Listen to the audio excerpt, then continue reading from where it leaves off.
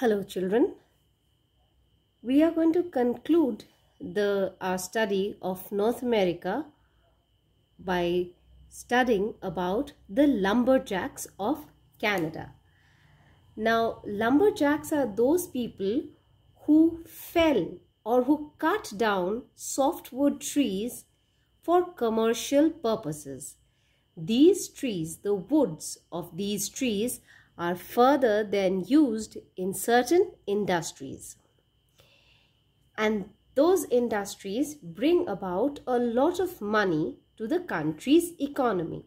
Hence, these lumberjacks, they play a major role in contributing to Canada's economy. So first, we need to learn that where or the kind of houses that these lumberjacks they live in.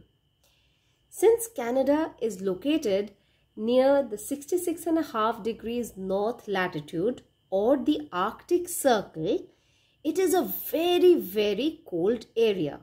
Often the ground is frozen with snow. It's extremely cold. Hence, the floors of these houses are slightly raised to avoid contact with the frozen ground. That helps the interiors to remain slightly warm. The people, they sleep on bunks, and of course there are separate areas where the people can cook for themselves. As you can see that there are sheds. These sheds can be used to store the timber, like over here you can see the logs are stored. Sometimes they are used to keep tractors, and if any machinery is not working properly, they can also be used as repair shops. Now the typical day of a lumberjack begins early in the morning, because these areas which are extremely cold, the people, they want to do their work as fast as possible as long as daylight and warmth is available.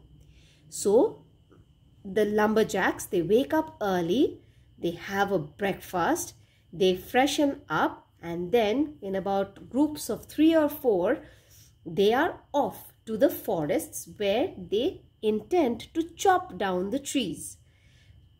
The word for chopping down trees is also known as felling the tree. What they do is that they cut a V section, a V like this, one over here and then one over here. Then they'll go to the other side of the tree and do the same thing. So now the entire huge trunk is standing on a very thin area of wood being joined. So it's easier to cut down the entire tree or fell the tree thereafter. In this way, the lumberjack, they can fell dozens of trees in a day. Once their work is done, the lumberjacks are very tired and they come back to their camp and they relax. Maybe they have a cup of coffee, they chat amongst themselves, they sit together, and since it is very cold, therefore they make a bonfire and they prefer to sit together and have a good time. Now, what are the uses of the timber, or what are the uses of lumbering? Since the trees are generally softwood trees, paper mache, paper pulp, all these things are produced. Newspaper and other type of paper is also a product of this industry. Furniture is also made from the softwood trees, and sometimes prefabricated building material, which means that these material are used as an extra protection to make the houses or other buildings sturdy. So the structure of the building is made, and then these prefabricated building material is used on the structure to make the houses stronger against the elements of weather. So these are some of the uses of the industry. Now, very important, why lumbering is such an important thing in Canada, an important industry or occupation, you may say.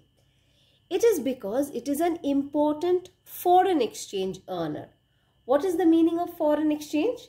When you are selling something to some other country and earning money for it.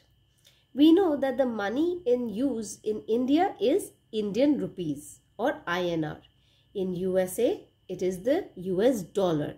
In England, it is the British pound. In Canada or Australia, again we have Canadian dollars or pounds. Canadian dollars or Australian dollars.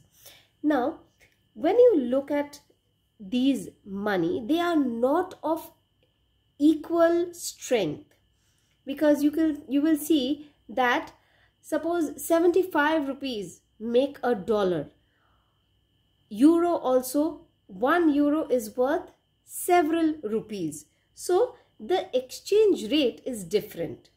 So you see that if Canada can sell the timber to any country where their money is stronger, it can earn good foreign exchange. And this is very, very possible. How?